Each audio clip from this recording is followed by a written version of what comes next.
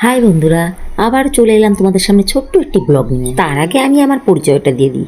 যারা আমাকে চেনো তারা তো চেনোই, যারা আমাকে না চেনো তাদেরকে বলছি, I am Sabita from West Bengal. কিছুদিন ধরে ঘরে বসে আছি, তাই একটু ভালো লাগছিল না। বরকে বললাম চলো একটু ঘুরে আসি, তাই দুজনে সাজুগুজু করে বেরিয়ে পড়লাম ঘুরতে। আমরা কোথায় ঘুরতে যাচ্ছি সেটা আমরা নিজেরাও জানি না।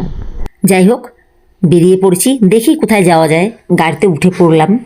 সারাদিন অনেক ঘুরলাম, কখনো জঙ্গলে কখনো নদীর উপরে ঘুরলাম। ঘুরতে ঘুরতে সন্ধ্যা হয়ে গেল, এবার বাড়ি ফিরতে হবে। কিন্তু তার আগে তো খিদে পেয়ে গেছে।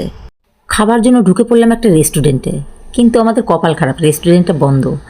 আজকে ছিল হোলির দিন, তাই বেশিরভাগ রেস্টুরেন্টই বন্ধ ছিল। যাই হোক, এখান থেকে বেরিয়ে আবার সামনের দিকে এগিয়ে আসলাম, দেখি কোনো রেস্টুরেন্ট পাই কিনা। কিছুটা এগিয়ে সামনের দিকে এসেই আমরা আরেকটা রেস্টুরেন্ট পেলাম। রেস্টুরেন্টে খাবার জন্য ভিতরে ঢুকে পড়লাম। রেস্টুরেন্টটা খুব সুন্দর, দেখো বাইরে থেকে দেখা যাচ্ছে, খুব সুন্দর রেস্টুরেন্ট। এই রেস্টুরেন্টের ভিতরটা আমার খুব পছন্দ হয়েছিল, তাই কয়েকটা ভিডিও বানিয়ে ফেললাম আমি এখানে। ঘোরাঘুরি করার পর খাবার টেবিলে বসে পড়লাম, মেনু কার্ডটা দেখছিলাম কি অর্ডার করা যায়। আমরা অর্ডার করলাম বাটার নান, পনিরের তরকারি আর ভেজ তরকা।